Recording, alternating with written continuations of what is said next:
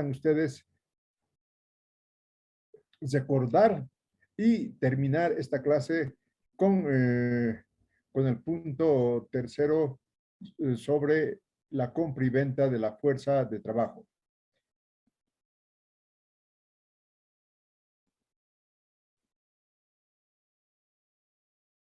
Entonces, el tema 5, transformación del dinero en capital. Seguramente ya he explicado la fórmula general del capital, las contradicciones de la fórmula general, y lo que faltaba era la compra y venta de la fuerza de trabajo. Ya hemos dicho que las máquinas son capital muerto, porque las máquinas no crean valor, ayudan para que el trabajador pueda crear valor, pero las máquinas en sí son capital muerto, porque si no funcionan, están, están eh, guardados en un almacén y por tanto es un capital muerto. El dinero tampoco es capital que produce valor. El dinero se queda como dinero en el lugar donde se encuentre, pero para convertirse en capital tiene que comprar una mercancía especial. Esa mercancía especial es motivo de esta clase, la fuerza de trabajo. En vez de oro, ahora tenemos papel moneda. Esta noche tuve clases con derecho y me preguntaron bastante sobre el papel moneda. ¿Por qué está bajando el euro? ¿Por qué está subiendo? ¿Por qué está, claro, el valor del euro está bajando y está subiendo el valor del dólar, ¿no? Es el papel moneda, el valor del papel moneda que está en función de la cantidad que circula. El Banco Central es el que emite el papel moneda, pero el único que crea valor es el trabajo. Eso voy a demostrar por qué el trabajo es el único factor de la producción que crea trabajo. En este caso, los médicos y las enfermeras pueden crear trabajo si están en un hospital privado, ¿no? Porque van a generar ganancia con su trabajo. Entonces, hemos empezado estudiando la fórmula general del capital.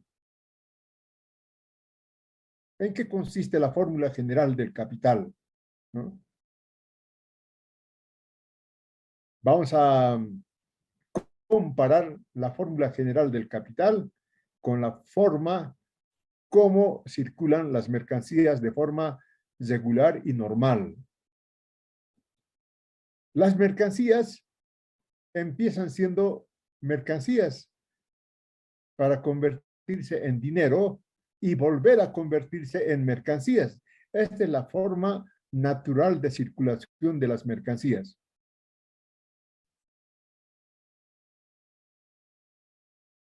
La mercancía es llevada por el productor, por decir, el productor de 10 arrobas de papa, ¿no? De papas, y esas mercancías, esas 10 arrobas de papa, lo va a vender y va a tener dinero a cambio de esas 10 arrobas de papas.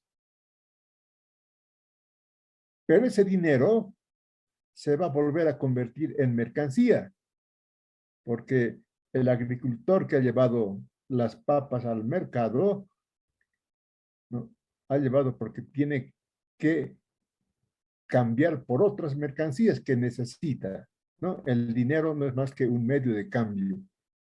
Y lo característico aquí es de que si las mercancías valen una cantidad determinada, por decir, 10 arrobas de papa, 500 bolivianos, ¿no?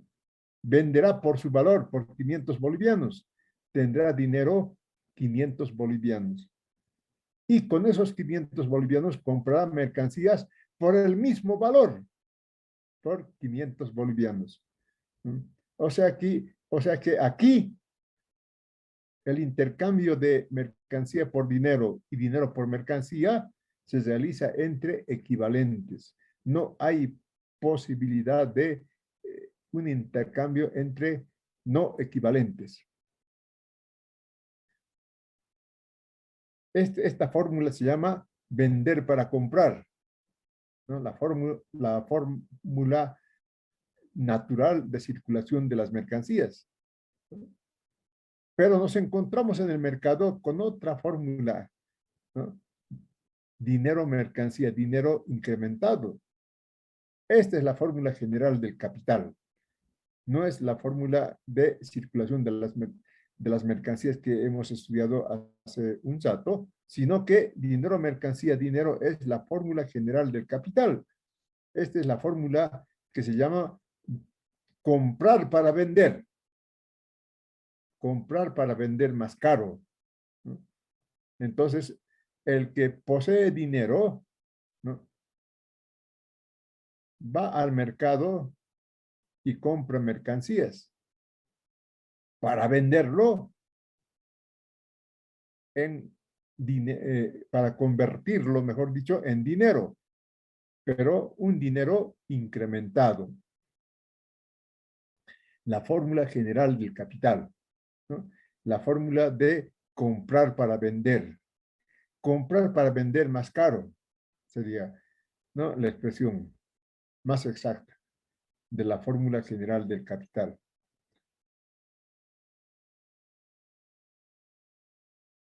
Pero veamos, ¿no?, cómo esta fórmula es la fórmula general del capital. ¿Por qué es la fórmula general del capital? ¿No? Aquí está explicado, ¿no?, el desglose de la fórmula general, pero ¿por qué es la fórmula general del capital? ¿No? Porque vamos a, con seguridad, vamos a constatar que todos los capitales, sean capitales comerciales, esto es evidente, el capital comercial se ve a primera vista, ¿no? Dinero, mercancía, dinero incrementado. El comerciante compra con su dinero mercancías para volver a venderlo, pero con un dinero incrementado, con una ganancia. Esto es la fórmula general del capital comercial. Pero el industrial, lo mismo. Su dinero lo convierte en mercancías, pero no para venderlo, sino para producir otras mercancías. El industrial compra maquinaria, compra materias primas, compra fuerza de trabajo. Con esas mercancías, el industrial sale del mercado y entra a la órbita de la producción. La producción produce mercancías, pero de mayor valor, y lo vende en su valor, ¿no? Parece ser que se diferencia la fórmula general del capital industrial con la fórmula general del capital comercial, pero es lo mismo. El industrial con su dinero compra mercancías, materias primas, maquinaria, fuerza de trabajo. Hace producir esas mercancías. ¿Qué produce? Mercancías para volver a convertirlo en dinero incrementado. Pero es lo mismo, es dinero, mercancía, dinero. Empieza haciendo dinero, convierte su dinero en mercancías y las mercancías lo vende por dinero, la fórmula general del capital. Y el capital bancario, lo mismo. El banquero aparentemente no intercambia mercancías, ¿no? Su dinero presta, ¿no?, y gana intereses para que su dinero pueda crecer. Aparentemente no compra mercancías, pero es igual. ¿Por qué es igual? porque el dinero del capital financiero lo presta a un comerciante. El comerciante sí lo va a convertir en mercancía, ese dinero, para vender con una ganancia. El industrial también lo presta al industrial. El industrial también lo va a convertir en mercancía. Su dinero se transformará en mercancía para volver a convertirse en dinero. Por eso decimos que esta es la fórmula general del capital, porque el capital comercial, el capital industrial y el capital financiero tienen la misma forma. Empiezan siendo dinero, se convierten en mercancía para volver a convertirse en dinero incrementado. Entonces, esto está explicado, con calma lo van a estudiar. eh, Esto se va a subir al Moodle, también al grupo de WhatsApp. ¿Por qué es un proceso interminable? ¿No? Estuve leyendo la historia de Patiño, la biografía de Patiño, es la tercera vez que leo la biografía de Patiño, pero por otro autor, escrito por otro autor. Patiño nunca se conformaba con la plata que tenía. Más plata, más plata, más plata. De las minas de Bolivia, producto del trabajo de los mineros, se calcula que amasó una fortuna de 500 millones de dólares en 1924. Estoy hablando de 1924. 500 millones era, en comparación con el valor del dólar actual, era como 5.000 millones de dólares. Entonces, ¿por qué? ¿No? ¿Cuál es la explicación? ¿No? Porque esta fórmula, ya sea Patiño, sea cualquier otro capitalista, ya sea comerciante, industrial o banquero, ¿no? Está inmerso dentro de este proceso interminable. Su dinero se convierte en mercancía para volver a convertirse en dinero, ¿no? Y este dinero, ¿no?, se reproduce otra vez comprando mercancía para volver a convertirse otra vez en dinero, ¿no? Y aquí dice el texto, el dinero es una cantidad limitada, así sea en un proceso de producción, ese dinero sigue siendo una cantidad limitada. Entonces el capitalista, esa cantidad limitada, lo vuelve prácticamente ilimitado. ¿Por qué? Porque está en un proceso interminable. Cada vez que tiene su dinero, convierte en mercancía para volver a convertirlo en más dinero. Y así se repite la historia. Un proceso interminable.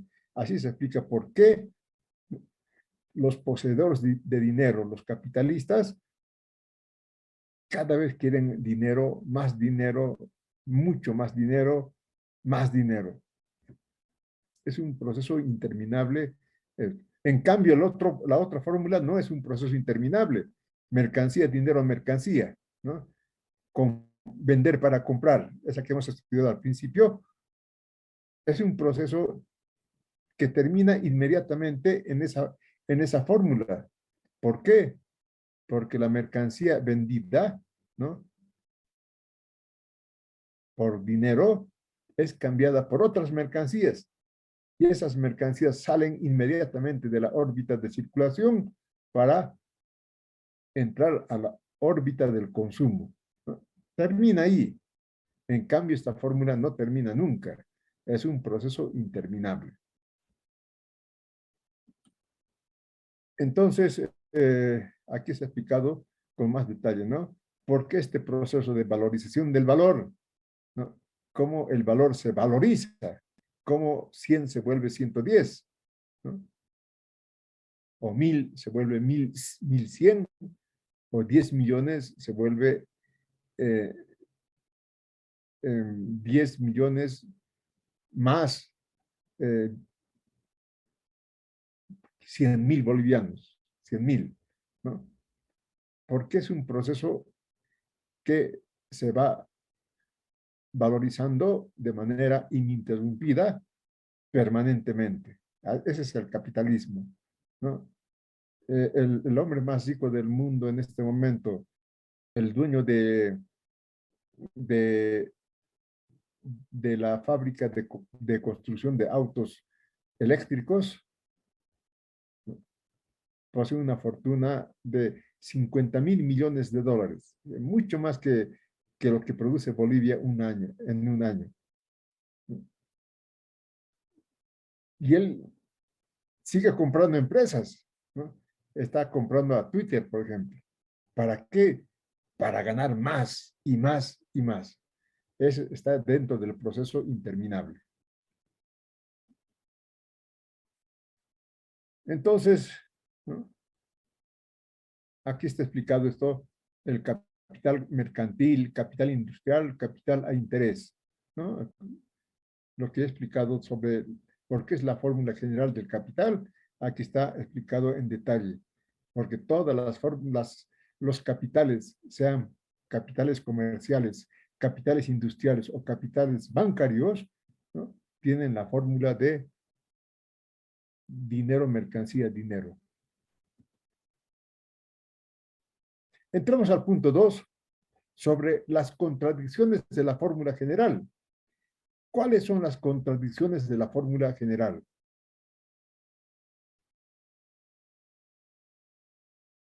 Podemos estudiar la fórmula, ¿no? Desglosándolo, pero siempre vamos a ver que cuando se compra o se compra y se vende entre equivalentes. No hay posibilidad de ganar al comprar ni ganar al vender. La circulación de mercancías no produce ganancias, ¿no? ¿Por qué? Porque el intercambio de mercancías es siempre entre equivalentes. No puede haber los vivillos que se aprovechan de los tontillos, como nos dicen, ¿no? Ah, yo tengo suerte, por eso vendo en carito lo que he comprado en baratito, ¿no? Eso no existe. Se compra y se vende mercancías equivalentes. Vamos a demostrar con calma todo esto. Entonces,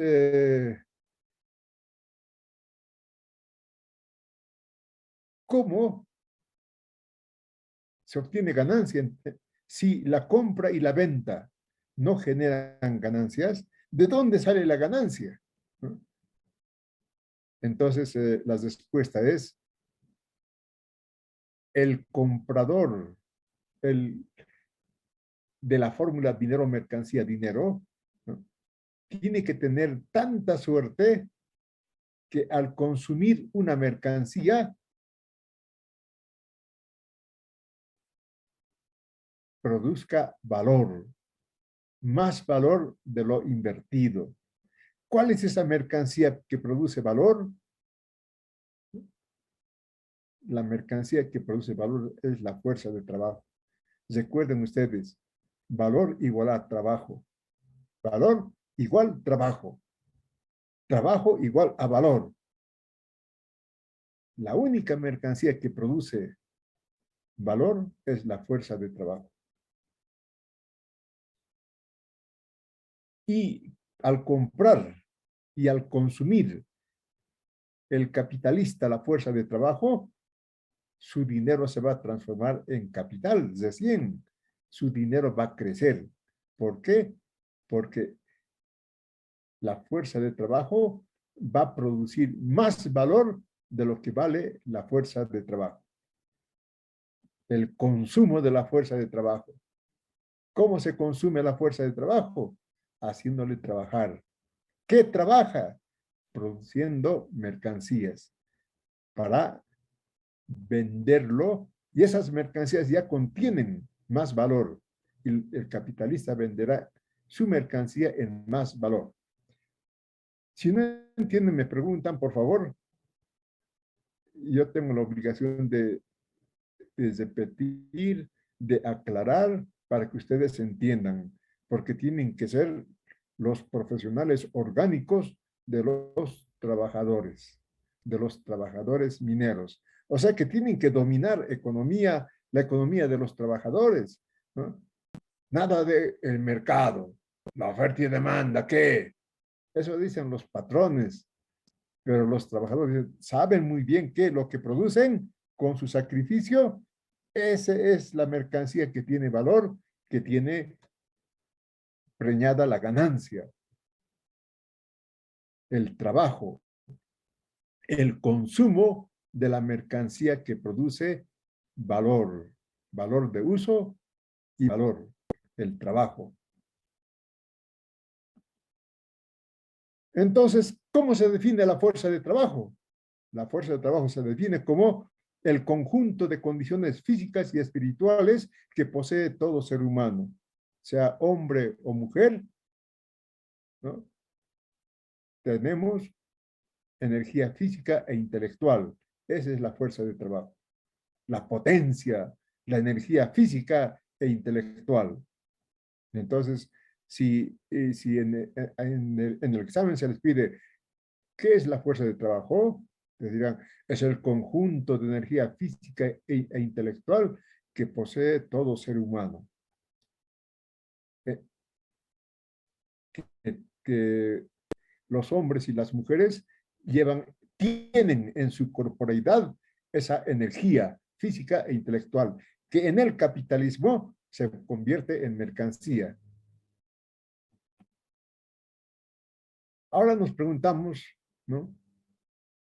¿Por qué en el periodo de los incas, de los aztecas, no había compradores y vendedores de fuerza de trabajo?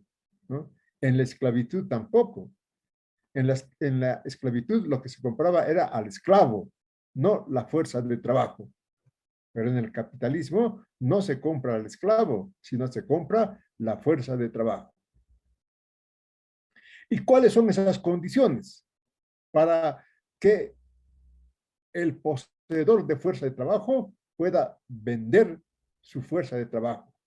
La primera condición es de que sea propietario, ¿no? Que sea propietario libre de su fuerza de trabajo, ¿no? Que él sea propietario y pueda vender lo que tiene, su fuerza de trabajo, que sea el trabajador libre, ¿no? Que no esté atado a la comunidad, que no esté atado a a su, a su sociedad, ¿no? Que no sea miembro, propiedad de nadie, que no sea esclavo, ¿no? Que sea libre. ¿Y cuál es la segunda condición? Que se vea obligado a vender.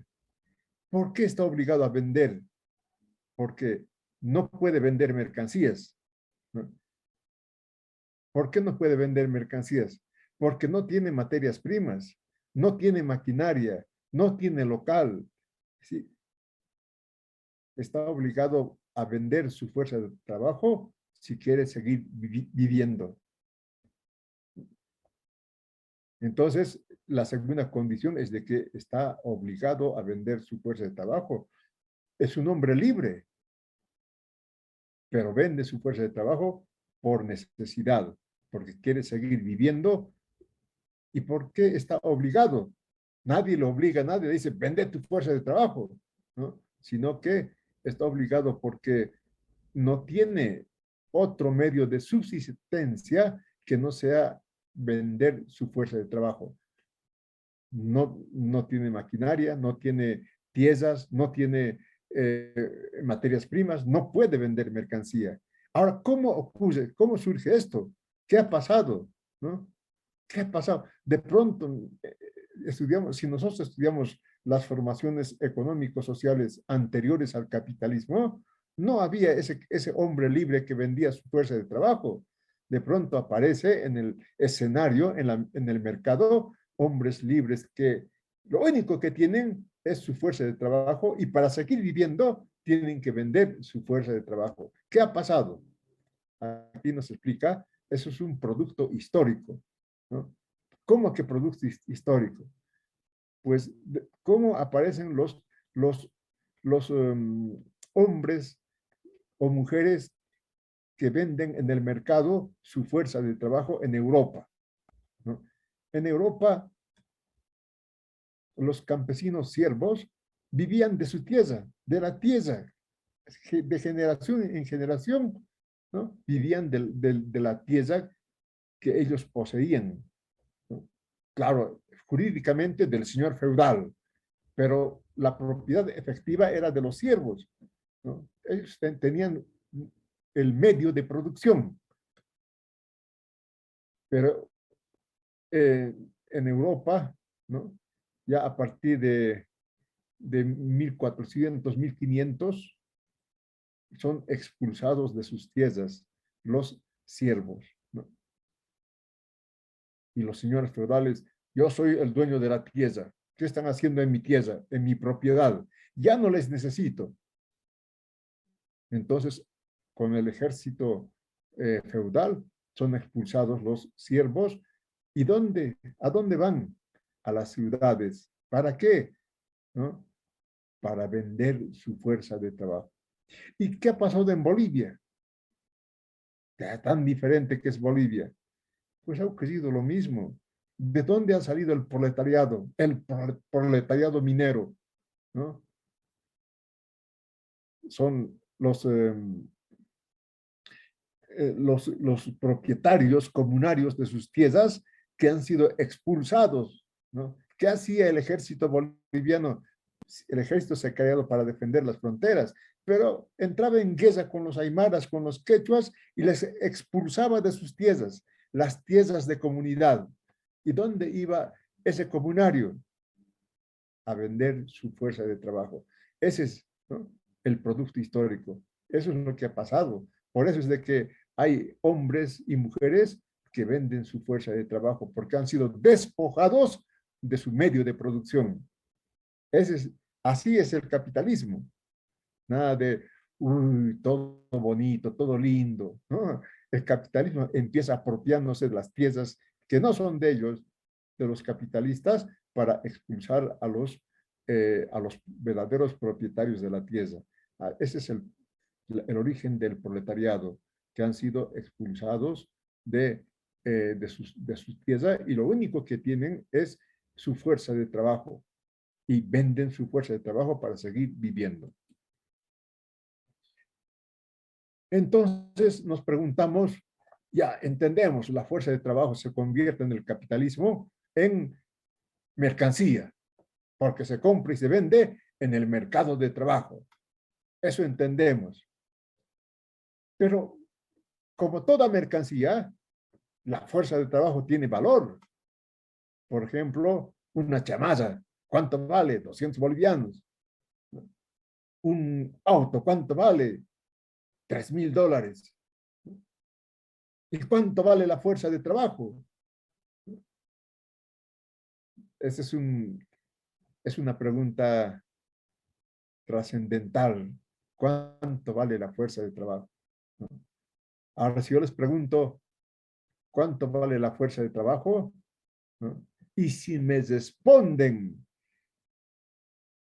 el valor de la fuerza de trabajo es igual al tiempo de trabajo socialmente necesario para producir la fuerza de trabajo, entonces me sentiría muy feliz, porque ya están agarrando con las manos la ciencia de los trabajadores, la economía política. ¿Cuánto vale un pan? 40 centavos, ¿no? Aunque esta noche me han dicho que está subiendo a 50 centavos, ¿no? Pero esos 50 centavos o 40 centavos es la expresión del tiempo de trabajo socialmente necesario para producir un pan. ¿Cuánto vale la chamada? 200 bolivianos. Esos 200 bolivianos expresa el tiempo de trabajo socialmente necesario para producir la chamarra.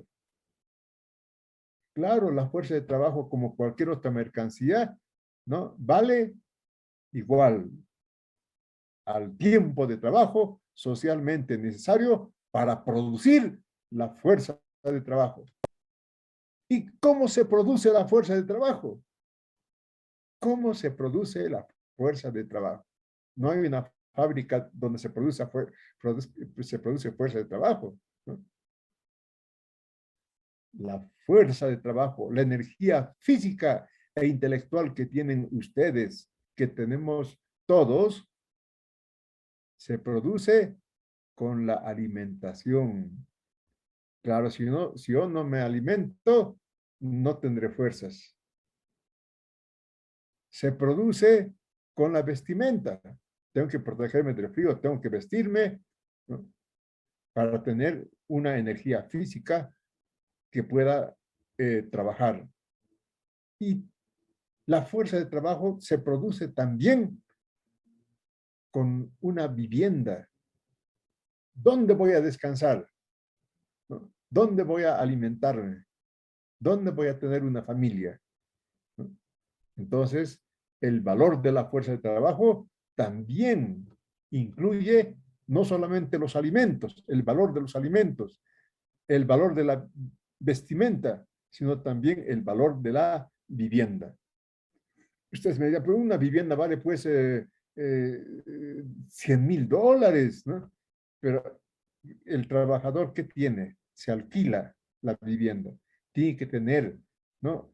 Eh, ingresos, el valor de la fuerza de trabajo tiene que incluir la vivienda que va a alquilar el trabajador. Y, por supuesto, tiene que también educarse. Ahora, con todo es tecnología, el trabajador tiene que saber manejar su tecnología. El trabajador tiene que también tener un nivel cultural, ¿no?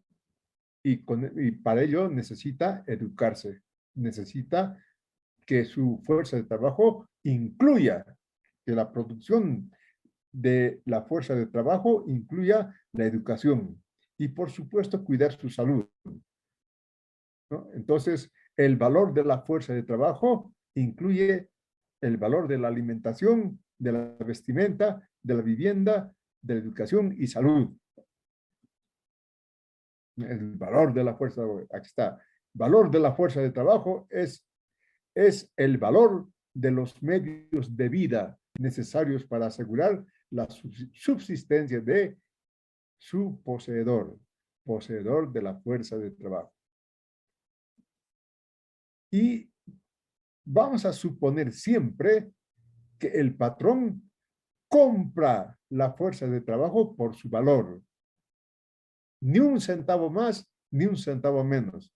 Paga el valor de la fuerza de trabajo. ¿Y qué es el valor de la fuerza de trabajo? Es igual al valor de los bienes que necesita el trabajador para seguir viviendo.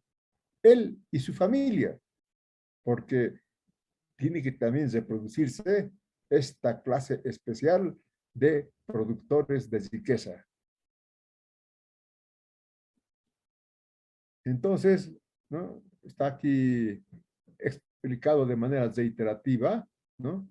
Que el valor de la fuerza de trabajo es la suma de los medios de vida necesarios para la producción de la fuerza de trabajo, que incluye también, ¿no? los medios de vida para los sustitutos, para sus hijos, ¿no? Es decir, los hijos de los obreros, ¿no? Esto es hasta un razonamiento económico, ¿no? ¿Quién va a sustituir a los obreros, ¿no? Cuando el obrero ya no pueda trabajar, cuando ya sea mayor de edad, los hijos van a sustituir? ¿No? Es la reproducción del capitalismo, necesita reproducir también su fuerza de trabajo. Y para ello tiene que pagar los gastos de la familia. Y por supuesto también, ya había dicho, ingresa dentro del valor de la fuerza de trabajo el valor de la educación. el obrero tiene que ser culto. En esta era del conocimiento, prácticamente el obrero tiene que saber manejar la tecnología. Y lo hace, tiene, ¿no? Pero hay que incluir en el valor de la fuerza de trabajo el valor de los gastos de cualificación. Entonces, aquí está explicado eh, cómo se llega, ¿no?, a un valor de 11.280 bolivianos, ¿no? ¿Por qué vale 11.280 bolivianos? ¿No? Eso no gana ni un docente del siglo XX, ¿no? En otra oportunidad les puedo contar qué ha pasado con los salarios de los docentes.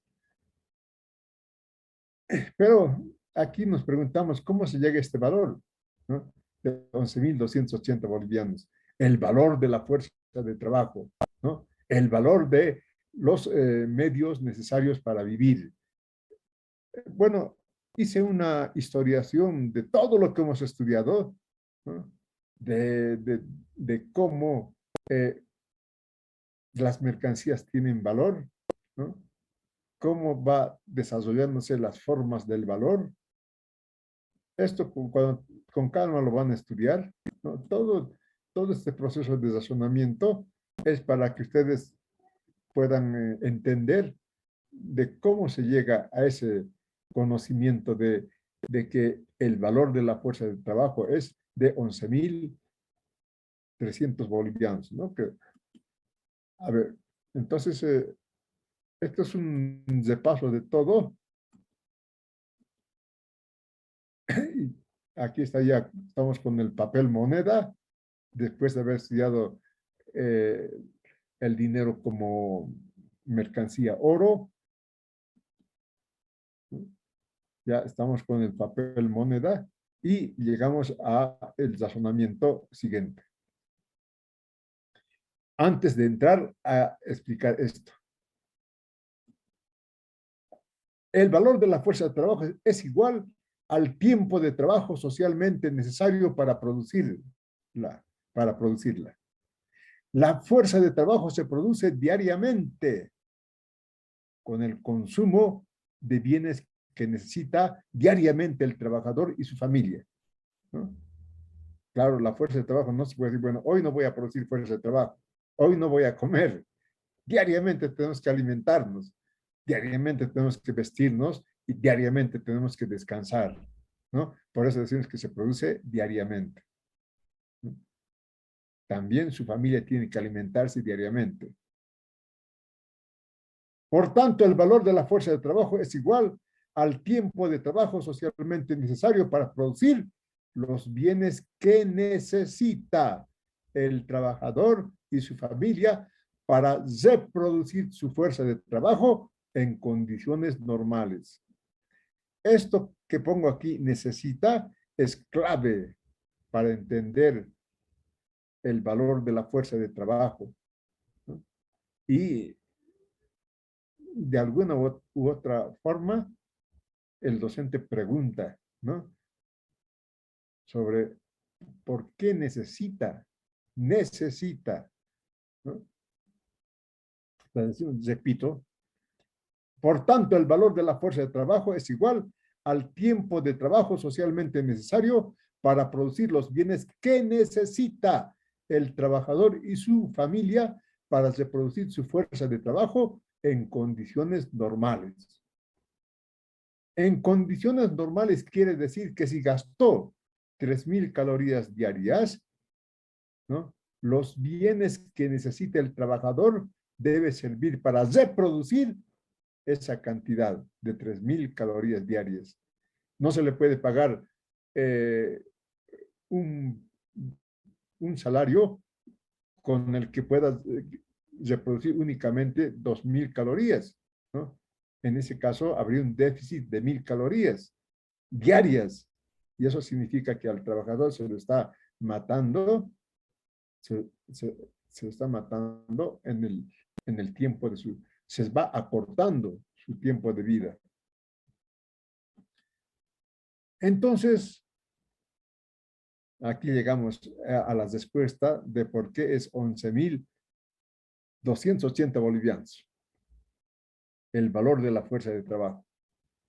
Pues la Central Obrera Boliviana, ¿no?, hizo un estudio detallado de cuánto necesita el trabajador para reproducir su fuerza de trabajo en condiciones normales, él y su familia, ¿no?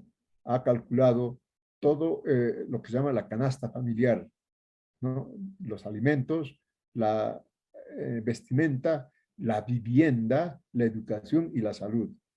Y ha llegado a la conclusión de que la suma total es 11.280 bolivianos, el valor de la fuerza de trabajo.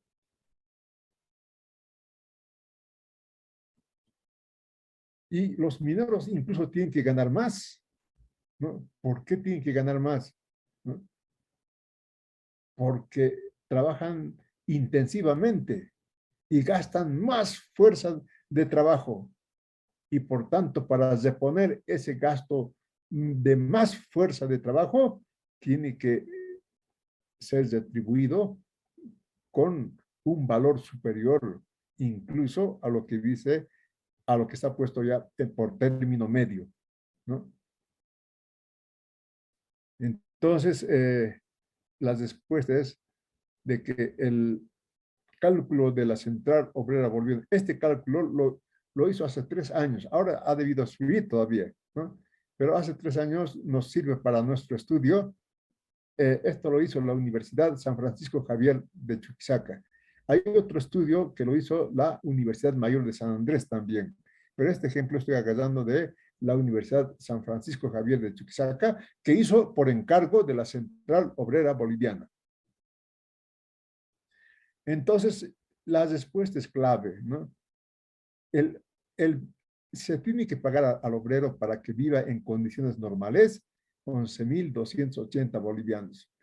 Pero ya les decía que eso no gana ni el docente, ¿no?, en siglo XX, ¿no? Eh, claro, los docentes nuevitos, ¿no? Los antiguos ya deben ganar también esa cantidad. Eh, entonces, como se le paga menos, miren ustedes, ¿cuánto es el salario mínimo? 2.400. ¿Cuánto es el salario promedio? ¿No? 4.000 bolivianos. ¿No? Mucho menos que 11.280. ¿Cuál es la consecuencia de todo esto? Que el trabajador y su familia se produce con ese salario su fuerza de trabajo en condiciones anormales, ¿no? Es decir, que en realidad se está acortando la vida de los trabajadores y mucho más de los trabajadores mineros, que son los que gastan más energía. Se llama trabajo intensivo, ¿no? Y necesitan reponer su fuerza de trabajo con, eh, con mejores alimentos. Por eso los trabajadores mineros son los que la vanguardia de los reclamos que hace la clase obrera para conquistar mejores salarios, ¿no? ¿Cómo trabajan los trabajadores, ¿no?, poniendo en peligro su vida, ¿no?, sacrificándose, ¿no? O sea que necesitan un buen, el valor de la fuerza de trabajo tiene que ser tanto como, como se sacrifica, lo que necesita. Tercera vez que estoy repitiendo, lo que necesita para vivir en condiciones normales. Los trabajadores cualificados también, ¿no? A ese se llama trabajo complejo, se llama en economía, ¿no? Pero los trabajos complejos se reduce al trabajo simple, solamente que el trabajo complejo, ¿no?, en una hora de trabajo será equivalente, por decir, a 2 horas de trabajo simple. Eso se reduce de esa manera en el mercado. Entonces, ya sabemos cuánto vale la fuerza de trabajo, ¿no? ¿Cuál es el valor de la fuerza de trabajo? Después vamos a estudiar el salario. Nos queda todavía unos temas antes de entrar al estudio del salario, ¿no? La fuerza de trabajo de las mujeres también requiere ser retribuido en función a que puedas reponer su fuerza de trabajo en condiciones normales. ¿Y cuál es el valor de uso de la fuerza de trabajo? ¿No? ¿Cuál es el valor de uso de un pan? Sirve para que me alimente. ¿Cuál es el valor de uso de una chamaza? Sirve para que me pueda vestir. ¿Cuál es el valor de uso de un celular? En eso me han ilustrado ustedes. ¿Para qué sirve el celular? ¿Y para qué sirve la fuerza de trabajo? Ya hemos empezado diciendo, ¿no? El valor de uso de la fuerza de trabajo es el trabajo creador de valor y más valor de lo que vale la fuerza de trabajo. Y como produce más valor, ese más valor es justamente la ganancia del patrón, ¿no? El capital del patrón al comprar fuerza de trabajo se convierte, el dinero del patrón al comprar la fuerza de trabajo se convierte en capital porque va a crecer. ¿Cómo va a crecer? Con el consumo de la fuerza de trabajo que produce más valor. Es el único factor de la producción que produce valor, ¿no? Nada del mercado. El mercado estamos en un mercado de equilibrio. Oferta y demanda están en equilibrio. Después vamos a entrar a los desequilibrios del mercado, que es lo mismo. La única la única fuerza de trabajo, ¿no? El único factor de la producción que produce valor, la fuerza de trabajo. Cuidado, me digan, las máquinas, las materias primas, ¿no? Las máquinas y materias primas se llama capital muerto, porque no producen ni un centavo. Ayudan, ayudan para que el trabajador produzca valor y más valor de lo que vale, pero solo ayudan. No, ellos no producen valor. El único que produce es el trabajo de la fuerza de trabajo. Entonces, bueno, aquí está una, una explicación, ¿no? Del mercado. ¿Qué es el mercado? ¿No? Es el mundo de la libertad, es el mundo de la igualdad, es el mundo de la propiedad, ¿no? Nos vamos al mercado y, ¿no? Todos compran libremente lo que quieren comprar, ¿no? Porque son iguales, ¿no? Compran mercancías en el mismo valor sin ganar ni perder. Yo no puedo ganar al comprar ni ganar al vender, ¿no? Seguro que están pensando, pero los comerciantes igual compran baratito y venden en carito.